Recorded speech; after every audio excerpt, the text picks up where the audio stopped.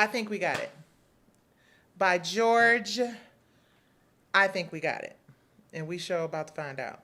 We are certainly about to find out if we actually really have it this time.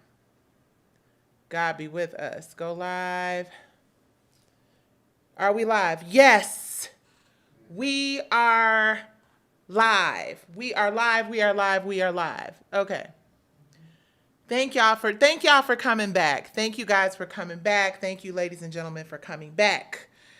I done messed up my dang on lip gloss stuff or whatever the case may be. Hold on, let me get it. Let me pull it together. Thank y'all for coming back.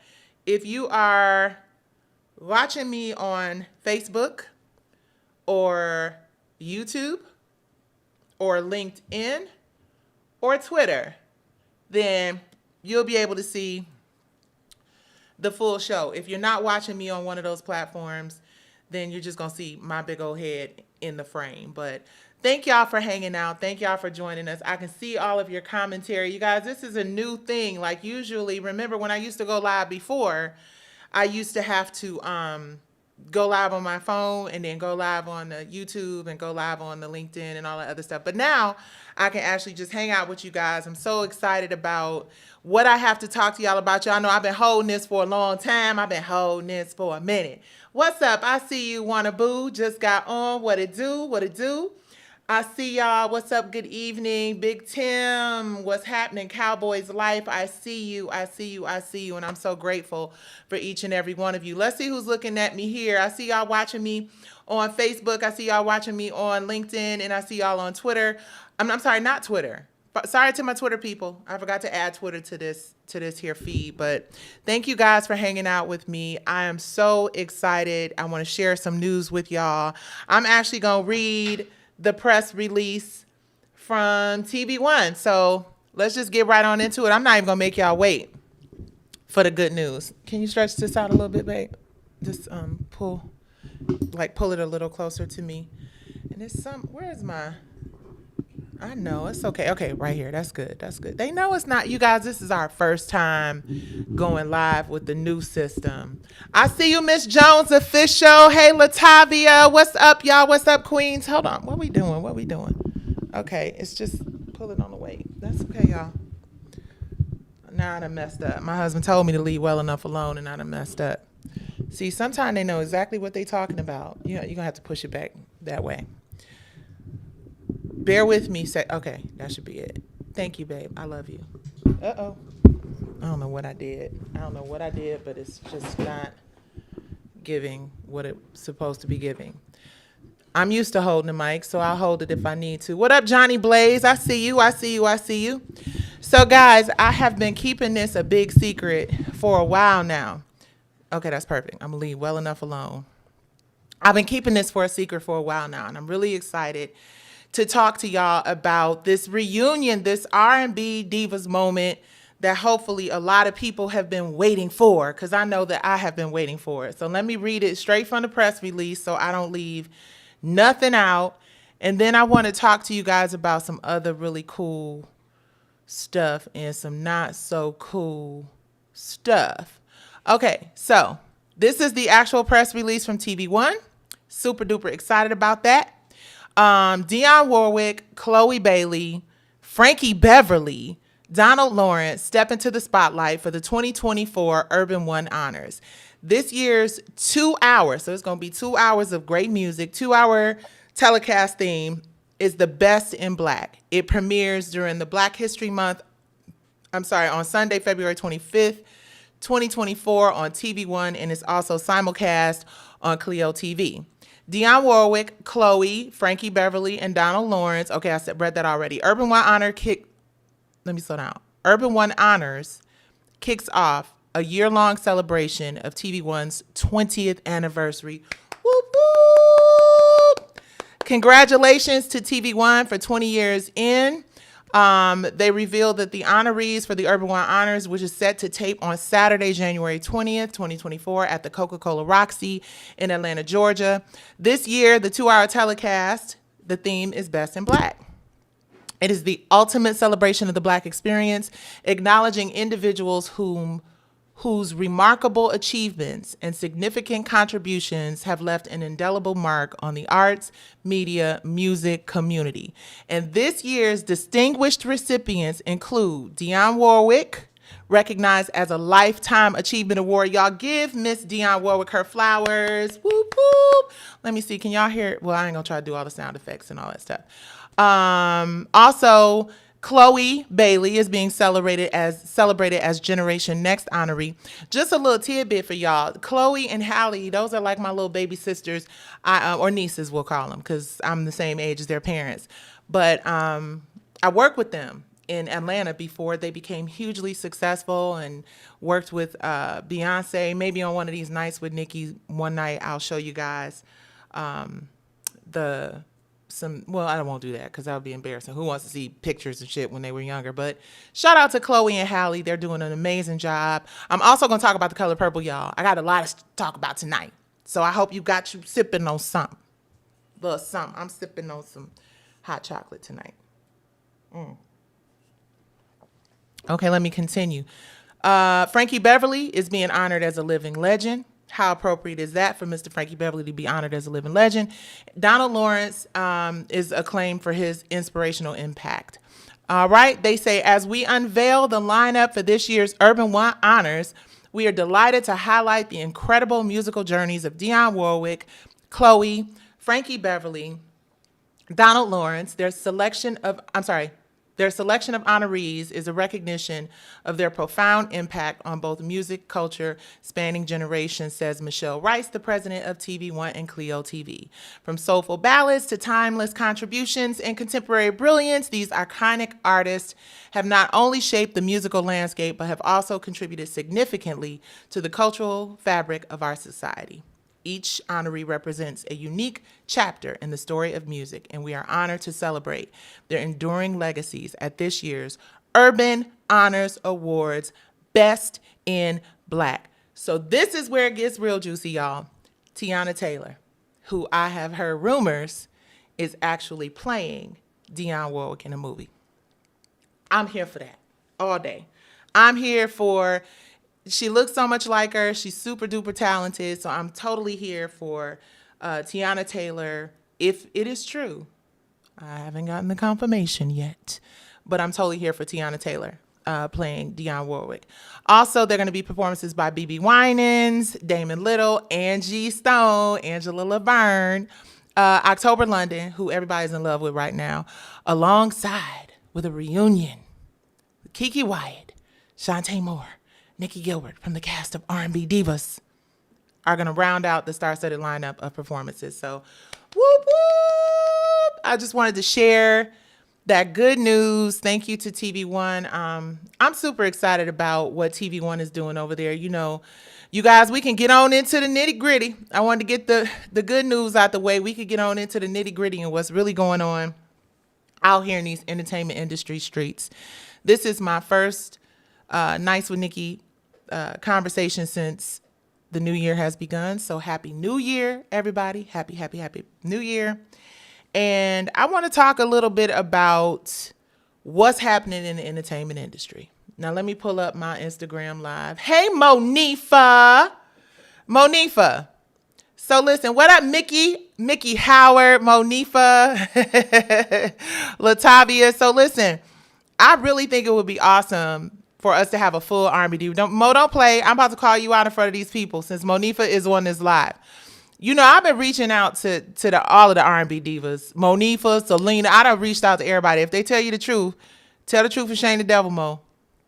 I've been reaching out to everybody because I think it would be a great thing for us to make this bigger and better. You know, when you look at the headline, it's a little salacious. It's very like TV1 R&B Divas reunion. So technically, it's not all the way. What up, Pam? I see you. What up? Technically, hey, Ashley, I see you too. It's not a whole like reunion, but it is definitely gonna be. Mo said I always tell the truth. Exactly. So wouldn't y'all love to see the whole entire crew, LA, Atlanta, new cities. It's just time for R&B to make a comeback. I actually want to see Miss Jones. Absolutely. I would love to see Miss Jones. I think R&B, it's time for R&B comeback. Anybody, if y'all feel like it's time for an R&B comeback, let me see some hearts, because I feel like it's an R&B divas. It's an R&B divas an R&B comeback in general. But I feel like I've been seeing a lot of shows, rebranded, a lot of shows coming back, and I've just always felt like R&B Divas was just one of the most culture shifting, shows on television. And I really think she said, I'm doing okay, Miss Jones doing a whole R&B Divas, a whole R&B girls tour, and INC Brownstone get no invitation. What up, though? Where we at, Miss Jones? You see what I'm saying? Come through, sis. That would be amazing. Absolutely. We're here for that all day.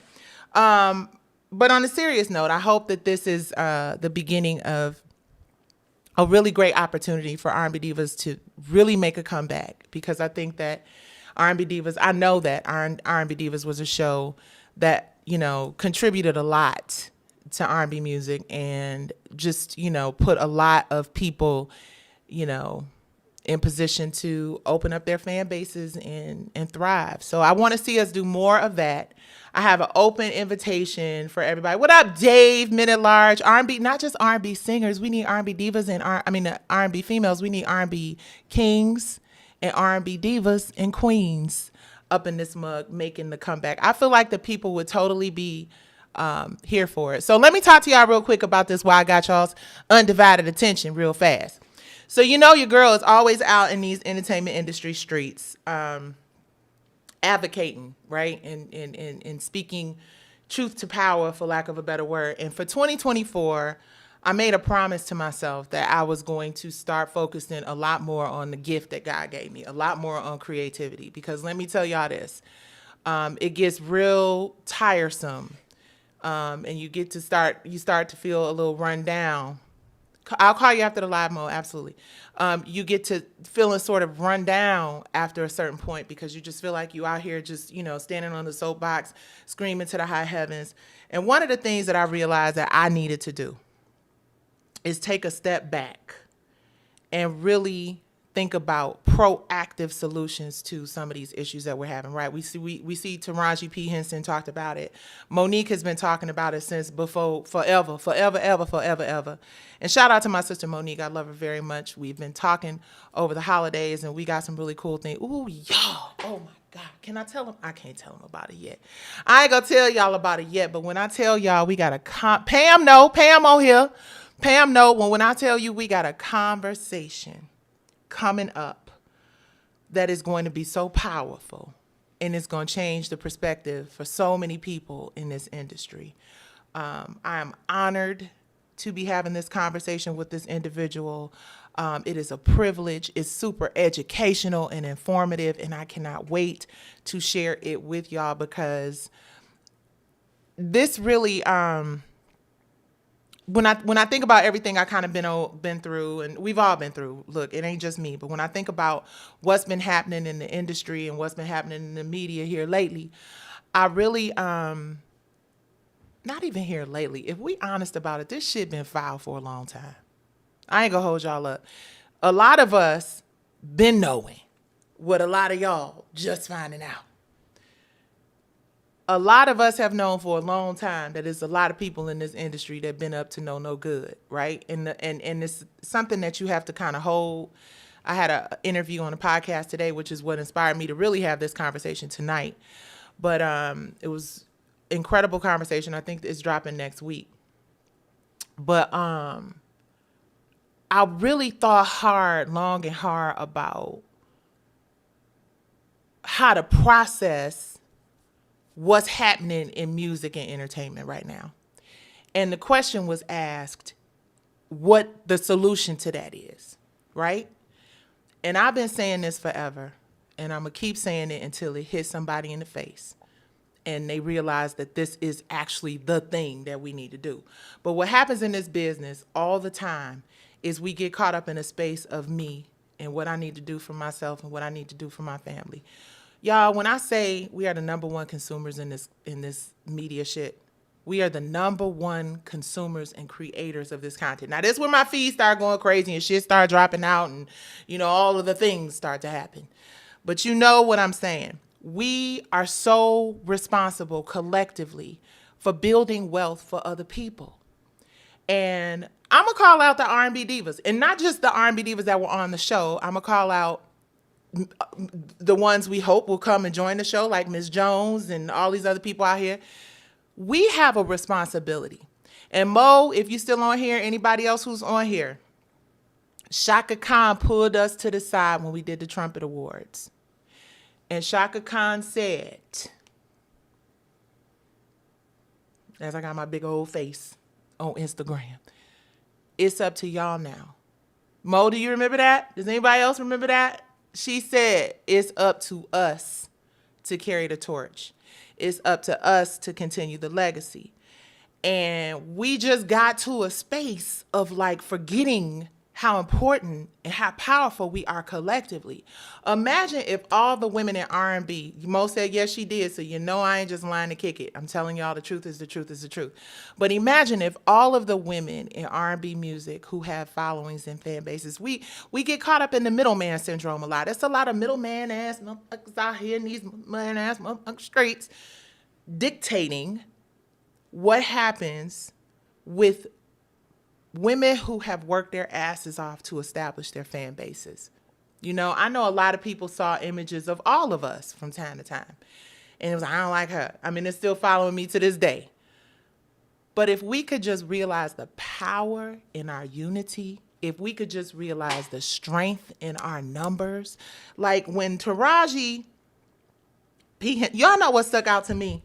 What was really crazy? I was watching some interviews from The Color Purple. And it's not really even that crazy. It's just, how the shit is. And Oprah said she had to go and ask the people for some money. And they said that they asked, when she needed more money. I'm paraphrasing. I'm not trying to make it seem like Oprah was out here begging, but, it is what it is. Oprah did say that in order to get things done, she had to be the one to speak up to go and ask. Why is Oprah asking anybody for more money to do what has been proven as a successful property or a successful show? It is because the people who control the purse strings, the people who dictate the culture, the people who decide what our people consume on a regular basis, that ultimately defines who we are all over the world. Those people are culturally incompetent. They don't look nothing like us. They don't know what we like. They don't know what we vibe to. They don't know what is going to help build our communities and what is going to help build our children. And the only way that we can change that is if we all come together, direct all of the focus and attention. Here's where it gets a little shaky to OODA. The owners of the algorithm, go start playing with me, y'all. But this is where it gets a little shaky, I'm sure. When we start to realize that if we all came together and directed one another to one space or or 5 damn spaces that we own, that we can have some intellectual property control of. I said this the other day. Bollywood movies, they're going to always end with them dancing outside in the rain. It's going to be rain and they're going to be dancing, and that's how the movies are going to end. And whether you like it or not, this is what's going to happen in those movies because this is a part of their culture. And their cultural competency allows them to create something within that works. R&B Divas was a travesty from the perspective of we should be in season 15 right now. Right? It's a lot of other shows out there that we helped set the tone for. We should be in season 15 right now. And while we did have our little issues, which are 10 and 12-year-old issues, and some of them I do think we still need to work through and talk through and all that other stuff. If we understood at the time that we did that show back then, that it was us, the starting 5 and whoever we ended up with along the way, who really had the power and the control and the ears and eyes of the audience. Absolutely, TV1 did a tremendous job by giving us the platform so that we could go on there and really develop and create something that people loved. But if we understood the power of our unity, the power of our togetherness, then I truly believe that we would be deep into season after season, and our businesses would have continued to thrive. But I also don't believe that we should live in regret. And I don't believe that there should ever be a situation where you look back on something. Ooh, Pam, that's a good one. I don't believe there's ever a moment where you should look back on something and say, I wish it had gone differently, because changing one thing in your future could in your past, could completely change your future for better or worse. What you think is good for you at one moment could be something that God, universe, believes that you need to wait for. You're not quite ready for. And I truly believe that that was exactly, Mo, no regrets. I truly believe that there was a reason why it didn't go for as long in the way that it should have. What I hope is that we've all learned during this hiatus and during this time apart how special that show was and how special that opportunity to really just build our businesses. I know y'all was like, she get on my nerves, like, wah. But at the end of the day, that's what made it special. Everybody had a different personality. Everybody had a different vibe and a different energy. And I'm gonna tell you the other thing that made it, somebody said R&B Divas was a monument. I appreciate that. We appreciate that because we definitely built that together. But what's really interesting is I think back on a lot of the stuff that I was just, toe up about. Just, unnecessarily toe up about. Because let me tell y'all something. Give y'all a little inside baseball. We actually told each other. We actually said to each other very early on in this R&B Divas thing, we said we were going to not allow ourselves to fall into that whole like catty, messy space. And we would let each other know. So in the beginning, they might not even realize this, but in the beginning, we were actually like calling each other after scenes and just, are you good? Are you okay? And whatever. And then we allowed just things, ego. Cause at the end of the day, we're used to R&B Divas, I think, was the first time you guys had sort of blinders off access to who somebody else made us out to be. Now, yes, we did it. A lot of the things came out of our mouths, but bullshit when somebody tells you, oh, I'm learning the YouTube etiquette. I probably shouldn't have said that, but y'all know what I'm trying to say. Bull sugar, honey, iced tea. There was manipulation. There was, and we're not going to get into pointing fingers and who shot John and all the other stuff because we've all aged 12, 15 years since then. So it is what it is. But I do think it's important. I would love to see all of the women come together. And I do think it's important for us to have real, honest, transparent conversations about what happened in the past, right? People talk a lot about me and Selena. People are always asking, like, what's up with you and Selena? What's going on with you and Selena? I love Selena, and I truly believe Selena loves me. I think that Selena and I have some very clear, unresolved feelings. And I think the reason why, and I'm gonna go out on a limb here, and she could be like, hell no, y'all know how Selena be. She'd be like, no, that ain't it. But I think that part of the reason why we struggle as much as to this day, because we cool and like we saw each other at an event some years ago. It's been a few years. It was actually right after my mom died, and we hugged, and it was sincere and it was heartfelt. And I was gonna leave because somebody was like, "Oh, Selena's pulling up," and I'm like, "Oh, let me get out of here." And I was like, you know what?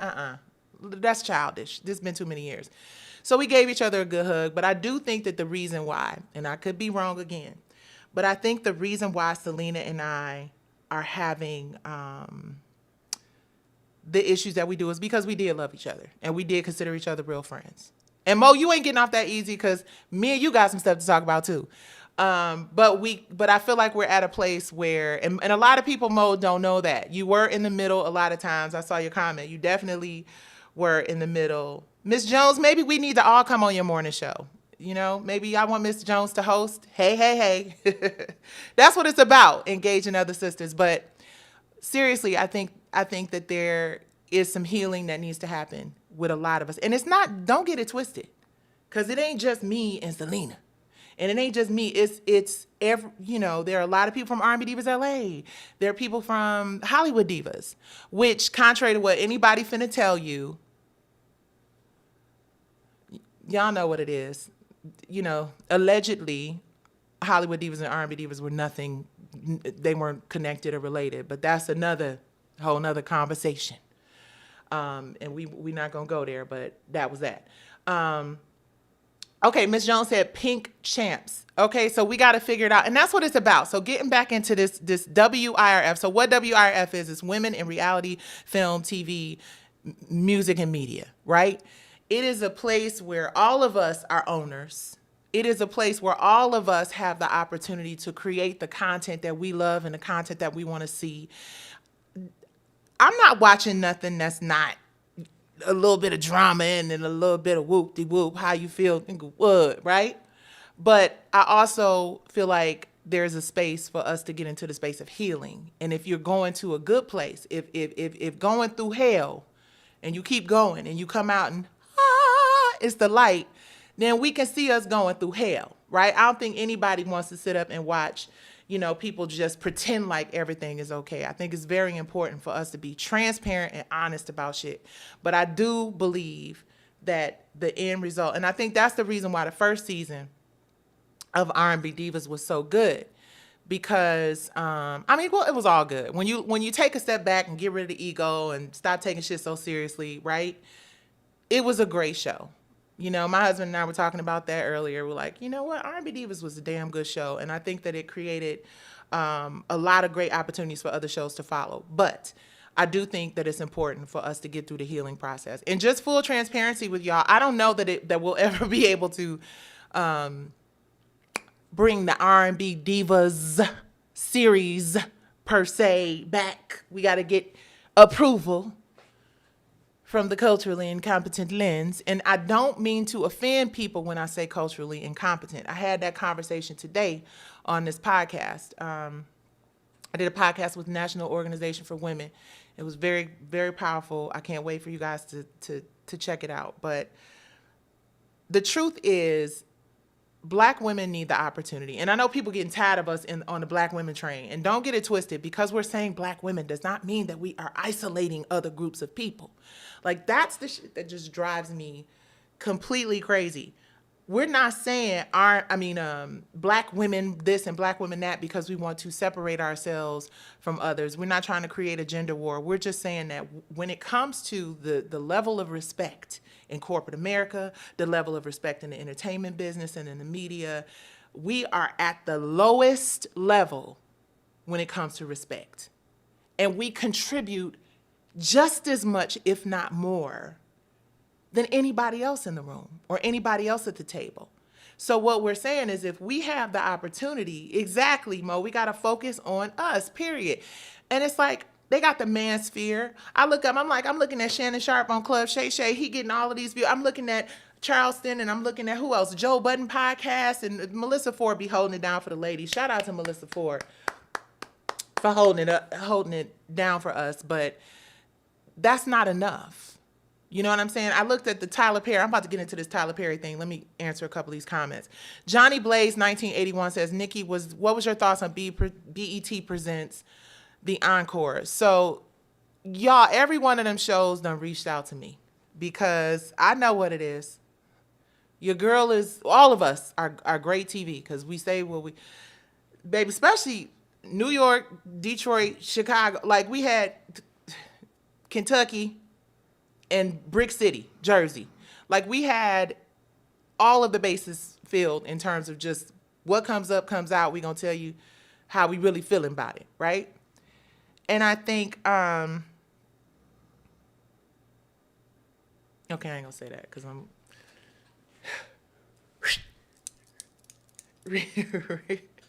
reel it in. R&B Divas can go. The franchise can go, and the franchise can continue to thrive. And the franchise can really, I think, put R&B music back where it belongs, which is at the top of the food chain. You know, it's no secret. I'm not about to say more time. I want to know. We gonna have that conversation. That's gonna be a different conversation. Yeah, it's gonna be a different conversation. But because you just got to be careful. But 1994. Let me rewind and reset. 1994 was one of the dopest years in R&B. Period. Mary's record came out. I think Jodeci's record came. Like, all these dope ass incredible classic R&B albums were released in 1994. We are in 2024. That means we are at the 30-year mark. 30-year mark of some of the best R&B ever. Brownstone's record came out in 1995, so 2025. So I believe that this is the beginning of a rebirth of R&B and soul. I think the world needs this rebirth of R&B and soul. Quiet as it's kept, I think the church community about to be disappointed in some folks. I think the hip hop community been disappointed in a bunch of folks, but now it's just at a place where they really can't, deny it because it's all in front of you.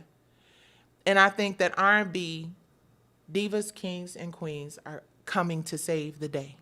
I think based on who shows up for these 90s R&B concerts, I think who shows up for these R&B streams is proof positive that people still love great R&B music. And look, we still look good. Baby, I'm 53, and I'm still out here in these streets stunting on a motherfucking. You feel me? Miss Jones said 30-year mark, we regain ownership of our masters. Exactly, Jonesy, exactly. That's what I'm saying. And see, a lot of people don't even know that. Y'all probably don't even understand that either. There is a 35-year copyright rule, right? And Mo, I think you called me about this a couple years ago too. But there's so many things we don't know and so many things that we're not aware of, which is why I've talked so much about ownership, because bottom line is the only way that we're going to get back to some real, genuine, great music and some real, genuine, feel good television and film and all that other stuff, because music inspires everything. Music is the soundtrack of our lives, right? The only way we're going to get back to that is if we get our shit back.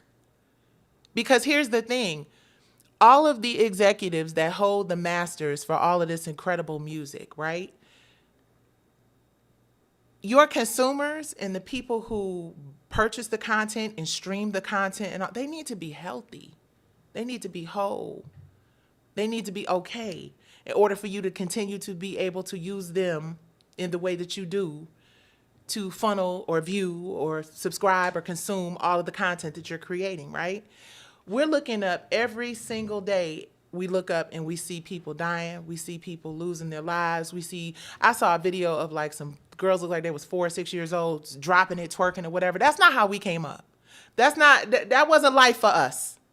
We had Whitney, we had Michael, we had Prince, we had Aretha, we had Natalie Cole, we had Dionne Warwick, who's being honored by TV1 as a legend. We had all of these amazing, incredible legends Shaka Khan, you guys, we're not bullshit. Shaka Khan was like, it's on y'all. It's on y'all.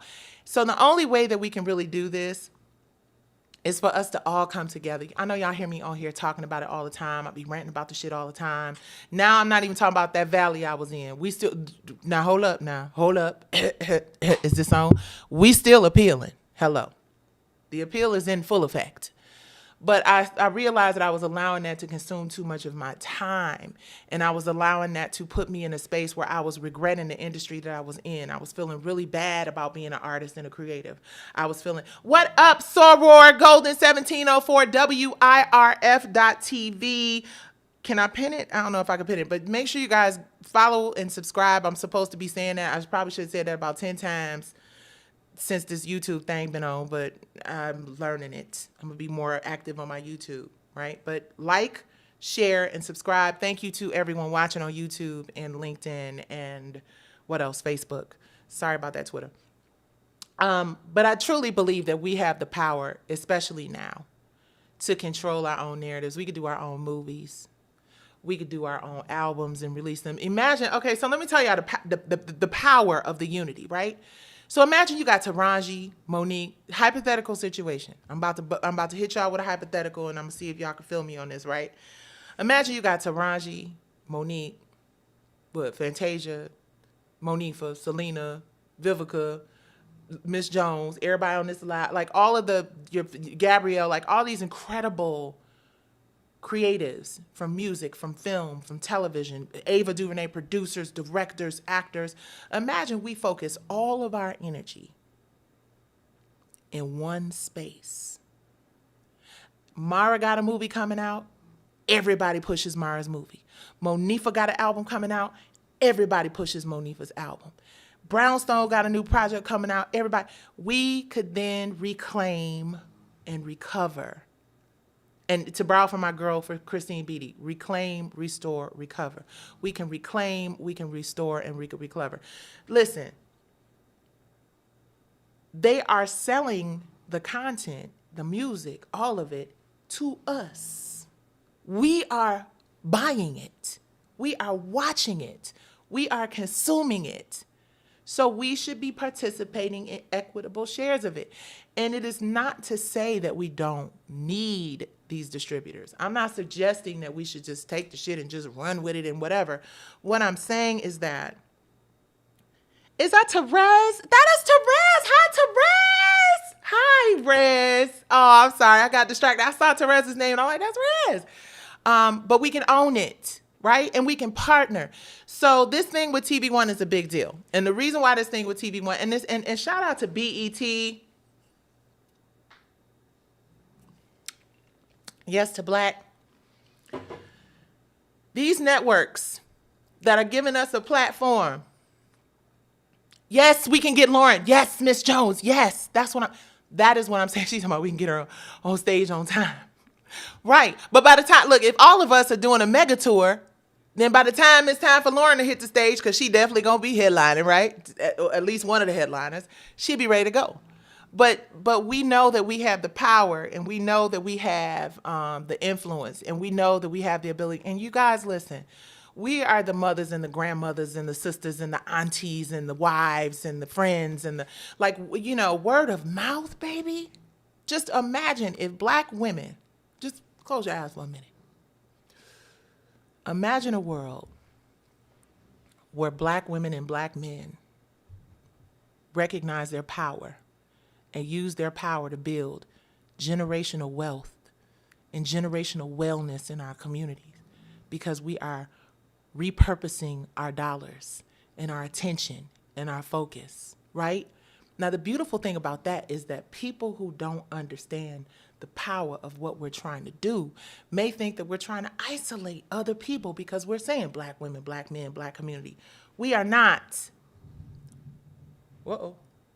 What we are saying is, give us what we need so that we can go out and fish and feed our families and yours. See, that's the power, right? Let me talk to y'all about Tyler Perry real quick. Pam Credible. You guys, Pam Price is one of the most incredible sisters on the planet. I love her with my whole heart, and she has been riding with me. See, that was your fault, babe. This time it wasn't me. She has been riding with me and riding with my family and riding with From the Bottom Up Foundation, and also Lauren, my soror. They've been riding and building, and we're a small organization and, self-funded, and we're trying to do as much good as we possibly can. So I just wanted to recognize her before I forget, a soldier, female soldier, and ever since the word.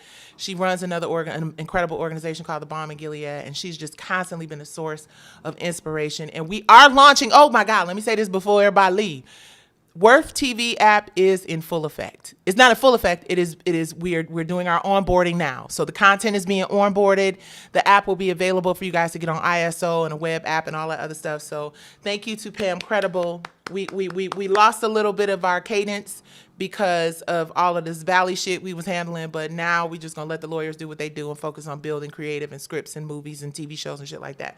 But let me get to this thought before I forget it, which I already forgot. So let me try to find it again. If somebody remembers what I was talking about, throw it in there. It'll come back, because I'll be all over the place, but I'll be remembering shit. Oh, okay. Let me say this. So one of the things that we have to change, and this is me kind of leaning into my telling people what we need to do, because this is one of them things that Tyler Perry, thank you. Okay, let me get to Tyler Perry first. Do I want to get to Tyler Perry first? Yeah, I'll get to Tyler Perry first. Okay. That's my dog snoring. For those of you who are wondering if that is my husband, he sounds a little similar, but that ain't him. That's my dog, Fila Cato. And a matter of fact, we just put something up on YouTube for y'all to go check it out. Come on, Kato. Now you're getting loud and crazy. I'm getting to Tyler. Okay, let me talk about Tyler. So here's the thing. I watched Maxine's Baby. I think that was the name of the Tyler Perry documentary. I watched Maxine's Baby, and the big takeaway I had from that, and people can kind of, make of it what you wish at this point. But the big takeaway I had was the moment where Tyler said that he went into Lionsgate and he basically demanded ownership. Not like he went in there like, give me some ownership or else. But I'm saying he would not take the deal unless it included ownership, right? And everybody has this thing in them, if you're an entertainer, that wants to perform before an audience, right? Either you want to sing, dance, act, whatever it is. And I think we get distracted by that fame vapor a little bit too much. And I think Tyler Perry saying very clearly, without stuttering, that in order for him to do this deal, he had to be able to retain ownership of what he created because he deserved it. And they gave it to him. And that is how Tyler Perry has been able to amass his fortune. Don't get it twisted. Say what you want to say about his content. Feel how you want to feel about his content.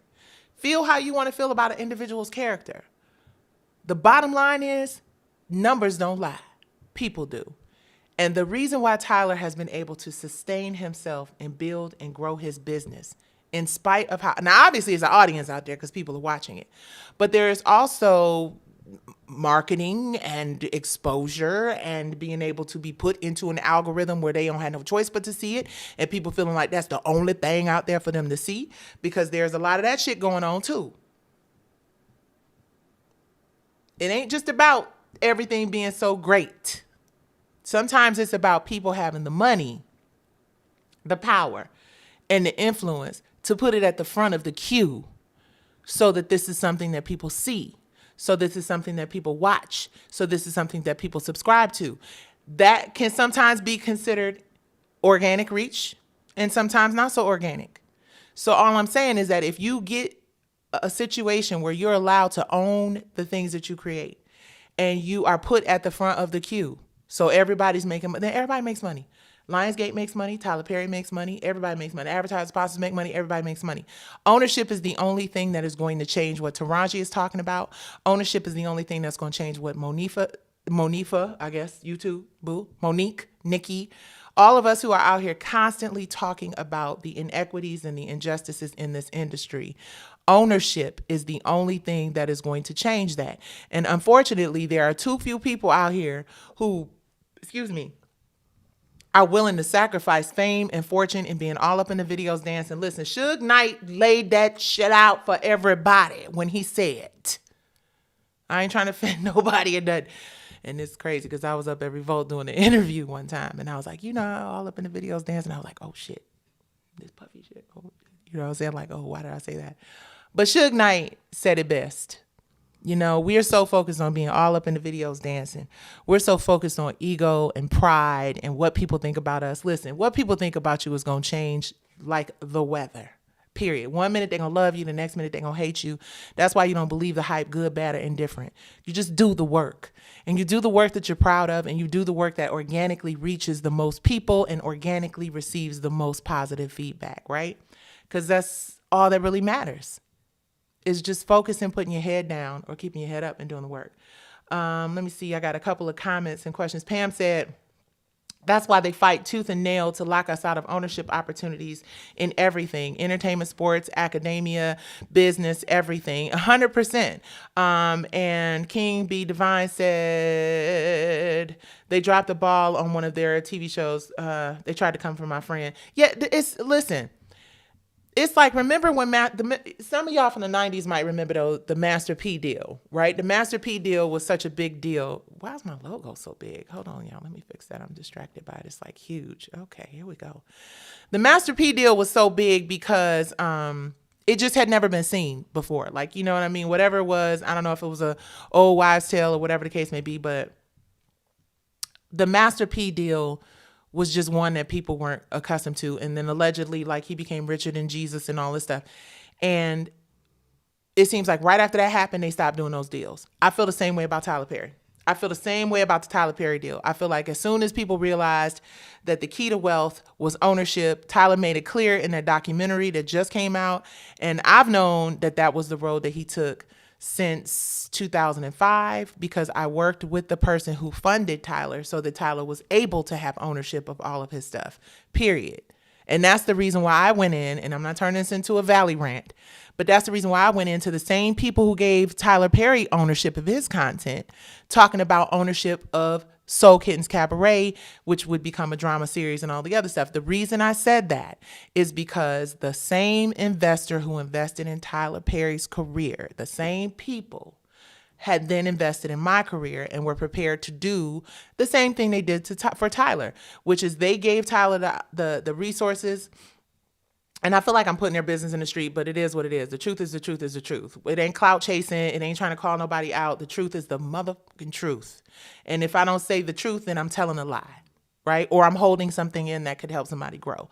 Tyler didn't do this on his own. The person who invested in him early on was the same person who invested in me. And the same person was willing to do the same thing, which was help me create those episodes, license those episodes so I could have ownership of my series. And that's what I went in and pitched to them. And the reason I feel like those deals stopped right around that time is because I never heard back. And next thing you know, they hired somebody to do a substantially similar show. Now, technically, I'm not going to talk too much about it because it is what it is, but that is what happened. Right. And that's the other thing. People got to stop being afraid to tell the truth because, you know, at the end of the day, we can't go forward and grow as a community if we don't address the elephants in the room. Speaking of R&B Divas, there was a whole conversation about the big pink elephant in the room. And then there was also the conversation about the wizard. The wizard was the little man behind the curtain manipulating shit. There were little men behind, well, I ain't call nobody little. I'd be offended if somebody called me big. Well, actually, I wouldn't, but the men behind the curtain manipulating the narrative is a real thing. And I think if we got to a place or can get to a place, even with those same people, shout out to y'all. Y'all know who you are. I'm not going to name y'all on this live because that would be inappropriate. But even if those people were willing to allow us to do the show that we did in season 1, attempted to do in season 2. We're real friends, real women who really loved and cared about each other. Y'all have no idea. Ooh, Miss Jones. Girl, listen. Ooh, I can't wait. She said, like Steve Harvey refused to exonerate Monique. Exactly. I love you, Steve. I do. But you look at Monique, and a lot of y'all ain't gonna like to hear this. Let me cool off because it's about to get hot up in here. But baby, Jaguar right. Jaguar right. Monique, it's so many, you know, and it I think it turns into a thing where I think it turns into a thing where like delivery, and I had to learn that, like, you know, I'm a big woman. I'm a big personality. I'm very direct. I'm from Detroit. Flat the fuck out. When it comes off a little more demure and sensitive and delicate, which is what we need sometimes, I think it resonates with more people. I honestly, I'm not pointing no fingers, but, you know, I have to say, I think that's the reason why you accept it from, you know, Gabrielle Union. I'm not Gabrielle Union, Taraji P. Henson, right? That's why we would accept it even from Mary. You know, it's just certain people that I think the community just feels a connection to and feels a certain vulnerability with. When they say it, it doesn't come off like as stern or as harsh. Even when Gabrielle was saying it, it didn't resonate as much with people, right? But Jack, like, right, Hassan, what up, Hassan? Exactly. He said Jack put the Philly on it. Nikki puts the Detroit on it. Monique puts the Baltimore on it. Miss Jones puts the New York on it. Like, we have to exactly proper delivery, right? You know, and we have to be performative, right? You know what I'm saying? Like, it always has to be a certain way. We can't just say the shit how it really feels, you know?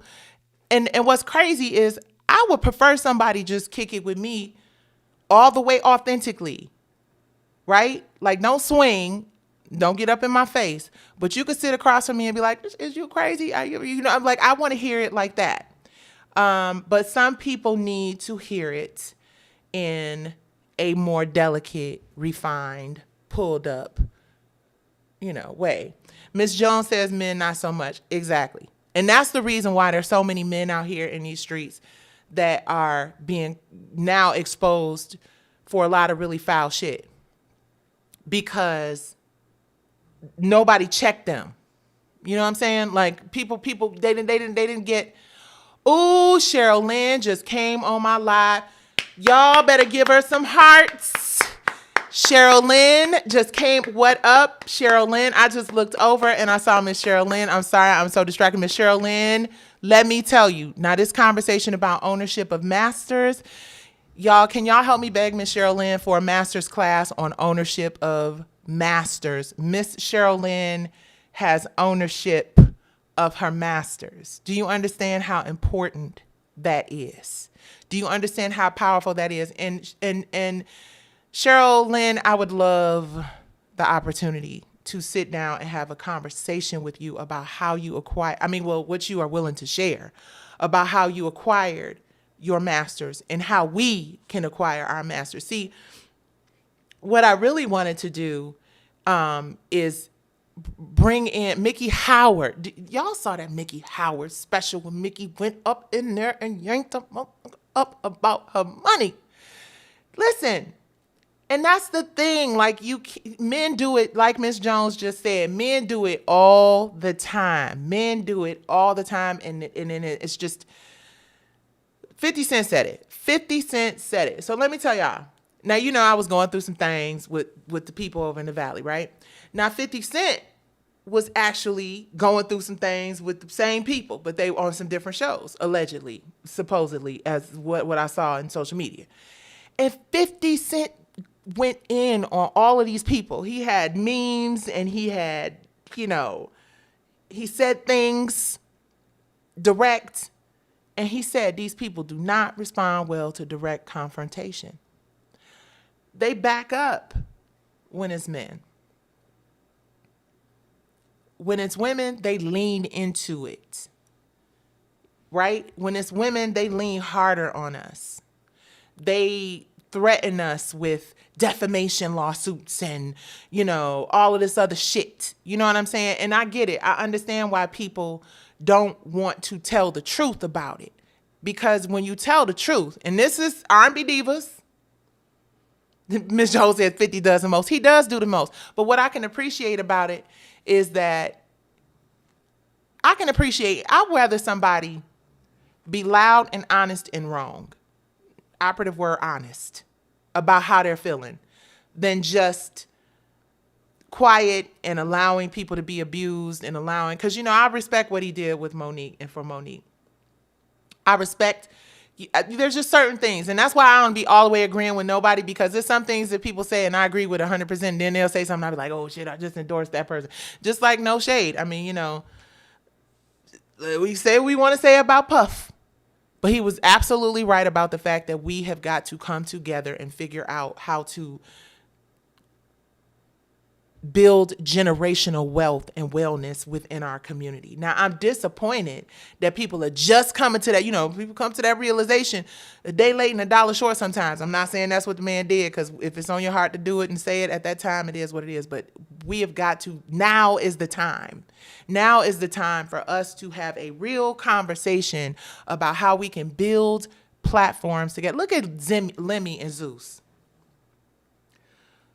Say what you want to say about the content on the network. Lenny over there making money.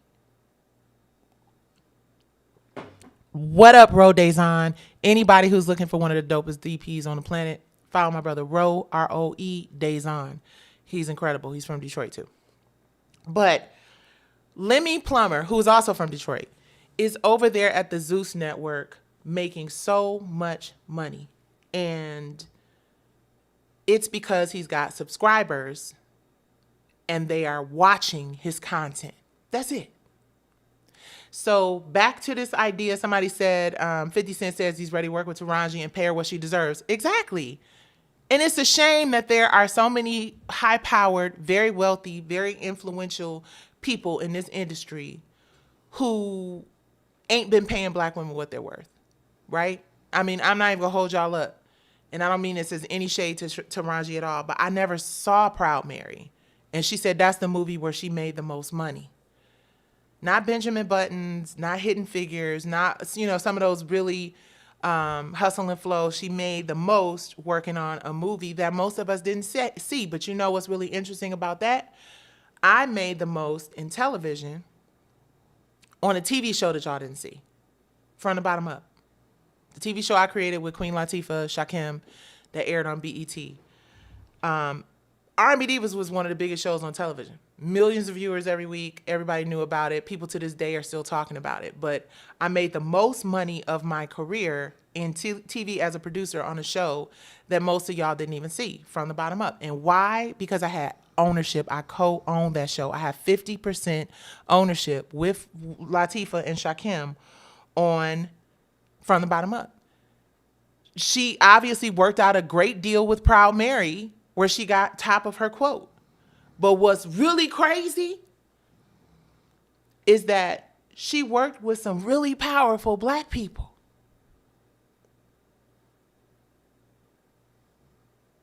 And sound to me, I don't know who produced Proud Mary, but could it be possible that it was not produced by very popular, wealthy black people?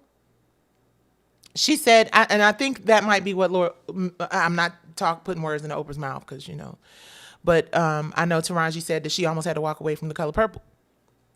And I was like, huh? I think we all were like, huh? And then Oprah said she had to go back and get some more money and blah, blah, blah. You know what I'm saying? But why is it that we have to struggle and strive and it's like good times? Speaking of good times, y'all, I cannot wait. Pam, the people ain't ready for this interview we got coming up, are they? Pam says, now imagine at a network making money like Zeus, and it entertains and inspires something that leaves positive, lasting impressions, that presents us in real black excellence. Exactly. Proud Mary was good. Taraji did amazing. Okay, well, I'm glad it was a good movie, and then she got her props and got what she deserved from that. But speaking of not getting your props and not getting what you deserve, the biggest travesty, she almost went to The Color Pink. Miss Jones said she almost went to The Color Pink. I love it. Y'all, so that's what I'm saying. Like, Josie, you listen. Listen, we talked about you doing R&B Divas, but the truth is, as much as I want to just pick everybody up and be like, come on, y'all, let's go do R&B Divas season 4. We gotta talk to the people. It's not just TV1, because TV1, I believe, is, well, I'm putting too much. Let me just be quiet. Look, there I go talking too much. But it's a great example of the importance of having ownership and not having to go to someone who does not come from your culture and get approval to do it. Because yes, I own the trademark for R&B Divas, but because I wasn't aware of a lot of things going into it, and this was my first foray into television, there are certain things that I agreed to in the original agreement, Faith and I and all of us agreed to in the original agreement, that now have us in a situation where we can't just get together and be like, hey, y'all, let's do this. You know what I mean? We got to go to other people and be like, hey, let's all be a part of this. And we could do it, but it's just a lot of bad blood and a lot of bad energy. And I don't think that the band is going to come back together that way. I think it's too late. And I think that ship has sailed. But we can do some kind of iteration, variation, something. But Lord knows we're not trying to get in the middle of no litigations no more. We're not trying to do that anymore. Lauren says, I can't wait for WIRF to get started. Yes. I was suing them at that time anyway. It's all right. And that's, what, let me take this moment to say this honestly. Thank you, TV1. Thank you, Kathy Hughes. Thank you, Alfred. Thank you, everybody, everybody over there. Michelle. Thank you, Austin. Thank you, everybody. I remember they came to me last year and they talked to me about, they're like, Nikki, we really want to do some really cool stuff with you. We had an opportunity to, get more information and whatnot. And it's exciting. So it's some good stuff coming. This is just the beginning of the stuff that I'm doing with TV1. We got some really exciting stuff coming with them. And also, guys, us coming together, like the R&B Divas coming together, us, Miss Jones putting this tour out with all of us being a part of this tour, none of that works if y'all don't support it. Right? I mean, it works. I mean, we'd be like, oh, we did it and it was great and women can't get along and it was great and all that other stuff. But the truth is, in order to prove to these people who we want to partner with, as opposed to be work for hires for, that it actually works, we need y'all. We need the people who support us, the people who supported R&B Divas, the people who continue to support our music, the people who come to our concerts. We need you to show up for us so that we can prove that positive, good content, I'm going on an hour, I'm about to wrap it up. Positive, good content still works, to prove that y'all still want to hear great music. And again, everything don't have to be kumbaya. Everything don't have to be, white kid gloves and all that shit. We can be real and we can be honest and we can be authentic and we could tell people, each other, how we feel about one another and still, have it be something positive in the end. Right? So I want to host a retreat. I want to host Miss Jones, Monifa, like anybody on her, Latavia. Let's get together. Let's host a retreat in Miami or someplace cute, Puerto Rico. And let's do a whole, I feel like people would come and just first do a healing moment with all of us women in entertainment. Because the one thing that for sure that I can tell you without a doubt, I truly believe, this is what we wanted to accomplish with R&B Divas, and I hope that we're still able to do it. The fact that we all could relate and connect on a level that a lot of people could not, right? A lot of us are the ones in our family who were able to go in and get record deals and travel the world and, really help build generational wealth in our communities and our families. And we put so much out there when we go on stage, and I'm not trying to play the small violin, because I know people go to work every single day and do way more important work than being a performer, entertainer. But I believe on some levels we are essential caregivers, essential workers, because we see what happens in the world when you don't have those really incredible inspirational songs when you get up in the morning to go to work. And let's say you're in medical school or you're in law school or you're in, some sort of powerful community activism situation. And you need to be geared up and ready for whatever it is that you're going to take on. Just like Martin Luther King said, as we come up on the ML King holiday, music was a big part of the movement. Music was a very important part of the civil rights movement. So think about that as we're thinking about the artists that we're still left here with. Not just the singers and musicians, but the poets, the painters, the creatives. Today on the podcast, Soror, Art is Necessary. On the podcast I was on today, shout out to my soror Christian, who's the president of the National Organization for Women. She said it is artivism, right? It is artivism. It is artists coming together to perform in a way that inspires and uplifts and advocates and amplifies voices of people in our community, and is so freaking super duper important. So I hope that y'all, R&B Legends Ball, I'm here for it. I'm here for it, Therese. So if you are a content creator, if you are a videographer, if you are a writer, if you are a producer, now WIRF is women in reality film, TV, music, and media. But, we's married, we's grandmas, we's moms, and we love men too. So we're not saying that it has to be exclusive, but we really want this to be hyper-focused on content being queen, because we feel like, that is a really important group of people to address. So if you are interested in joining our mission at WIRF TV, the app will be dropped. Pam, what are we looking at? Well, I don't want to start naming dates and all that other stuff. I'm going to let Pam do all of that. We actually have a call next week. But the app is on its way. I really sincerely appreciate y'all for hanging out with me. I like that I can be live and kind of talking to everybody simultaneously. I had a bunch of slides and stuff that I was going to include, but I'll do that next time. I do want to ask y'all to please hit like, share, subscribe. Please, when this app comes, please even if you don't subscribe to a monthly, there'll be free content, there'll be exclusive content. We're about to do this Pass the Mic tour. We got a bunch of other really great stuff going on. I'm going to give you guys some behind the scenes of this new R&B Divas moment. Urban One Honors, again, is taping on the 20th, but it airs on the 25th. It's taping here in Atlanta. And I'm excited. We're going to be back in the room with Daniel, the vocal assassin. Shout out to Big Jim. Right. Please go sign. Okay, you said sign up now, so when it goes live, you get access. Okay, right. So Pam, can you put the link for the sign in, and I'll pin it if I can pin it on the thing. You guys go over there and sign up now, please. Well, not now. The live is about to end in about 5 minutes, but make sure you sign up so that you can get. And that's the other thing. Okay, let me say this. We see what is happening with a lot of people in social media. My mind was blown. I'm scared to say his name because they might shut my stuff down. But Sean King. What happened with Sean King should be proof to everyone. We have to start creating our own places, our own platforms, right? Partnering with people like YouTube and Instagram and all these other places is great. But we also deserve and need our own platforms for us to be able to go and have conversations that don't have to be filtered or censored, right? Sometimes you just got to hear the shit how it come out. All right, go to WIRFmedia.com. The pop-up is on the main page. If you go to WIRF media.com, the pop-up is there so you can sign up so that you can get a reminder of when the app actually launches. Just to give you guys an idea, we're going to have that Sarah Stokes film that we have been holding in the vault forever. Broken Things.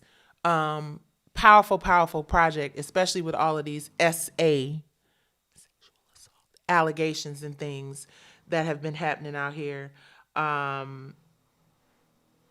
Okay, multitasking.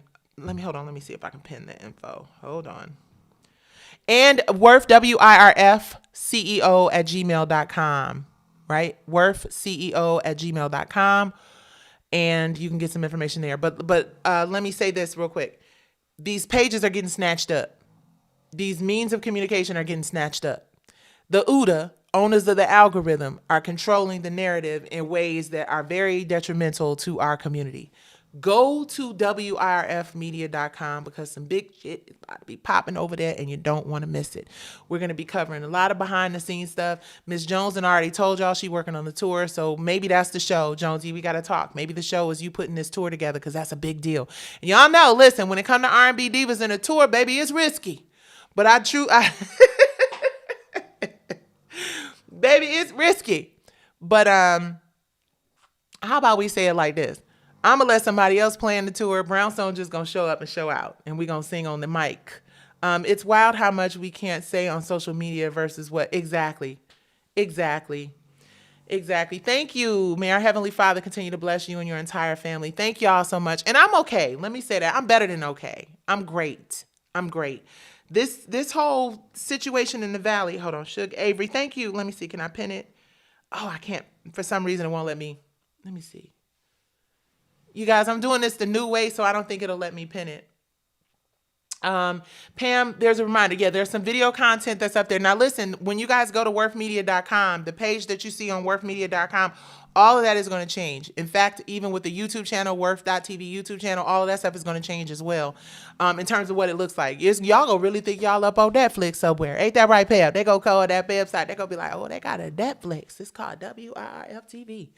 I'm excited about that. But Pam says there are also some video content like episodes of From the Bottom Up, which will be a series that you'll also be able to see, and our short film Social Conflict. You know, I like telling stories that are based on true events because I think that they really can inspire us and motivate us in ways that, you know, even though I got some good scripted stuff coming too. But, I think true stories and documentaries are really powerful and great content.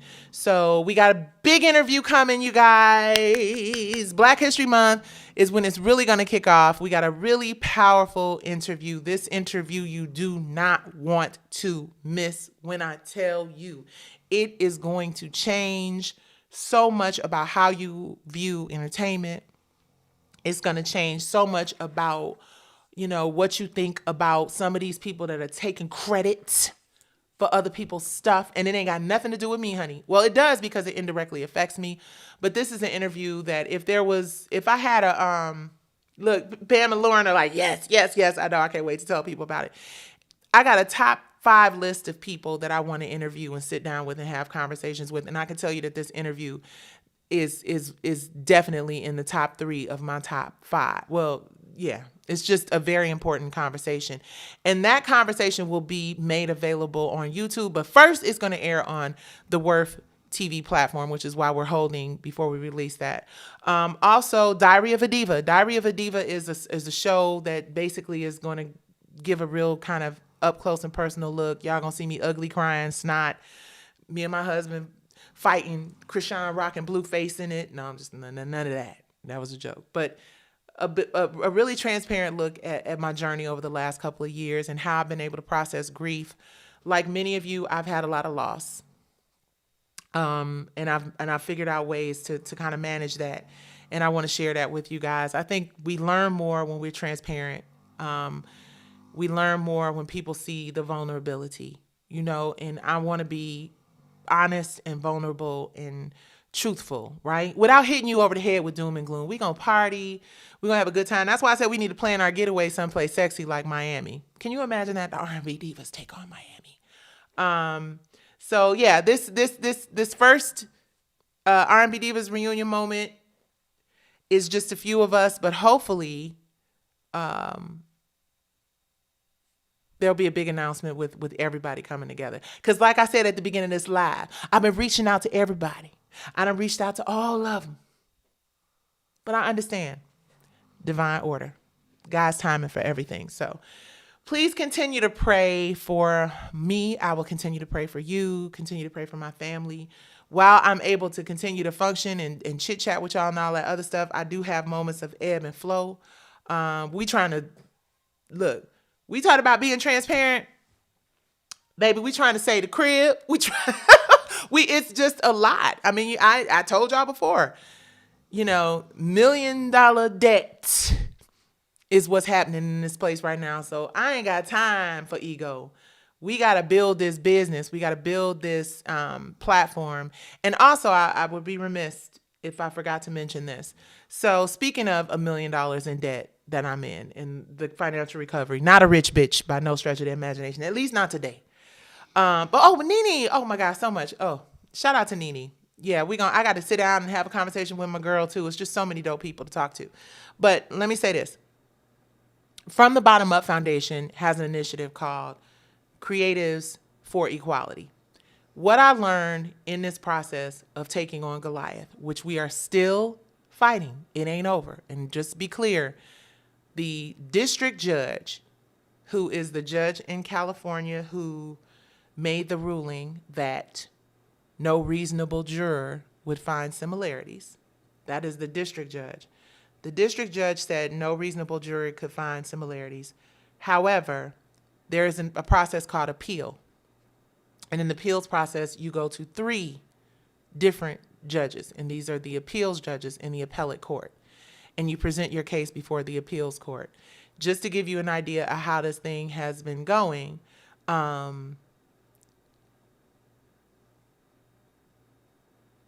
there have been several, I'm trying to figure out how to say this so that it doesn't come off the wrong way because I'm still in court. I know, honey. Just to give you an example, here's one I could pull out the sky that's public and it's out there, right? Pirates of the Caribbean. Pirates of the Caribbean, same situation. Substantial similarities went to the district court. District court said there weren't enough similarities. They went to the appellate court. They later won $300 million after the appellate ruling on their case Another recent case just last month, same judge I had actually too, Fortnite case was thrown out. The judge said there was not enough similarity. He had a video with the little robots dancing and whatever, went to the appellate court. The appellate court allowed them to go forward to trial. So that is what we're hopeful for. And at the end of the day, where I had to get to in this space with this case, my husband and I had to get here because, it's definitely a joint venture, is no matter what happens at this point, we have to move on. No matter what happens at this point, we have to be more proactive than reactive. And being proactive is building WIRF TV streaming platform, because that means that other creatives have another place that they can go where they don't have to worry about going and sitting down with the CEO of a major company and having something substantially similar show up on that company's platform, and then have to go through and fight for years in order to get the right to a jury, right? So From the Bottom Up Foundation has created a fund that we are trying to raise $1 million. And the reason it's $1 million is because that's what your girl spent. And you can't do anything out here in these entertainment industry streets without good legal representation. So my goal with, hey, Big Meech, I'm wrapping this thing up. It's so good to see you. But I'm going to be doing this more often, especially now since I can broadcast out to everybody. But our goal, with From the Bottom Up Foundation, is to establish this fund, this Creatives Initiative Fund, so that we can start to have real conversations about how to fix, like Ms. Jones said earlier, this 35-year copyright. We should be getting our copyrights back. But a lot of people aren't going to be able to afford to pay for the legal representation that is required for you to get your copyright back, right? Same thing with SAG-AFTRA did the best they could, which is great, and they did a lot of good work for a lot of people. But there is still a major disparity amongst Black and BIPOC creatives and content creators that needs to be addressed. And the only way that these things can be addressed or will be addressed is if we have the funding to pay for attorneys to address these issues, period. And attorneys ain't good ones. I guess there are a couple good ones out there that do pro bono, but in this economy, you would be hard pressed to find that. So the foundation is where we will also hold training. Yes, thank you, Pam. Our foundation is where we will hold training, education, and information for Black and BIPOC creatives, right? It's the funding, Hassan. It's the funding. So the way that we continue to fund this is if we get enough people to subscribe to the WIRF TV app, and we could start telling these movies and sharing these. There's so much power out there that people don't know we can tap into. So many resources out there that people don't know that we can tap into. But we got to come together. We got to have a family meeting. So we can come together and figure out solutions together. So while I'm launching this WIRF thing, Pam and I and From the Bottom Up and Lauren and all of us, this is for us, by us. This is not for me, by me. This is for us, by us. And it's something that I believe we can leave to our kids so that they're taken out of the schools. Listen, come on. Critical race theory, what are we doing? You want to hear about Frederick Douglass? You want to hear about C. Dolores Tucker? You want to hear about Charles Drew? You want to hear about Sojourner Truth? Where are our kids hearing about what a rich cultural history that we have? Because ain't nobody making no movies about it. Lauren says we need to get back to the community mindset and out of the me mindset. Exactly, because we see what happens when it's me, me, me, me, me. They have, listen, who do we have? Who do we have that has not been destroyed and dragged through the media?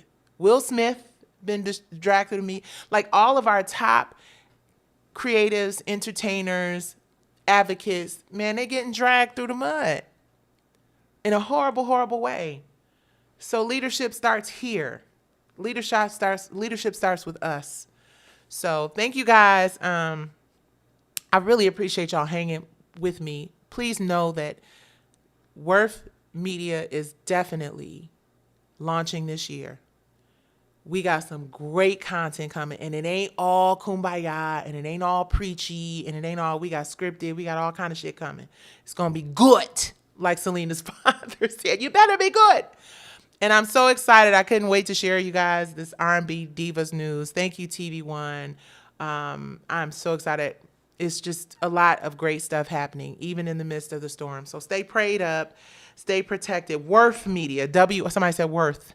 Yeah, it could be worth, but it's WIRF, WIRF, Women in Reality, Film, TV, and Media. WIRF Media. It is the collective day 4 of Kwanzaa, Ujamaa, collective works and responsibility. Thank you for reminding me of that, Meech. And shout out to other people. My cousin called me today and she told me somebody was praying for me. And, you know, I really appreciate that. I really appreciate it. It means a lot to have people praying and advocating for us. You guys, I'm not giving up, like the song says. I'm not stopping. I don't have no beef with nobody. I don't even have no beef with Katori Hall. I wish her the best. I really do. I wish everybody in the situation healing and love and prosperity. And I hope that the circuit court, I hope that the 3 judges on the circuit court see that this does deserve to go to trial. Either way, we're going to be documenting every step of the way. You guys will get a chance to see it, because if for nothing else, this was a great teachable lesson for everybody. So please, guys, YouTube channel going to be popping. I got a video up there with my dog. I got a video up there while I was making some food. What else I got? I got a couple car rants. I'm still going to do my car rants. I'm just not going to be ranting about the Valley stuff. And God is an on-time God. You know what? Let's leave it at that. Man, listen. That is a great, great space. And as a matter of fact, let's not leave it at that. Hold on. Let me find my, do I have my other phone? Yes. You guys, somebody told me that I should read this scripture, and I'm going to read it with y'all, because we all might need it, right? We're going to wrap the show up by reading Psalms 91, this prayer. My cousin called me and was like, you know, we need to read this, right? So I figure, come through, Dottie Peoples. Where you see Dottie Peoples? Car karaoke. Let me read this, you guys. I make the Lord my refuge, the Most High my shelter. That is why no evil will conquer me, and no plague will come near my home. His angels are protecting me.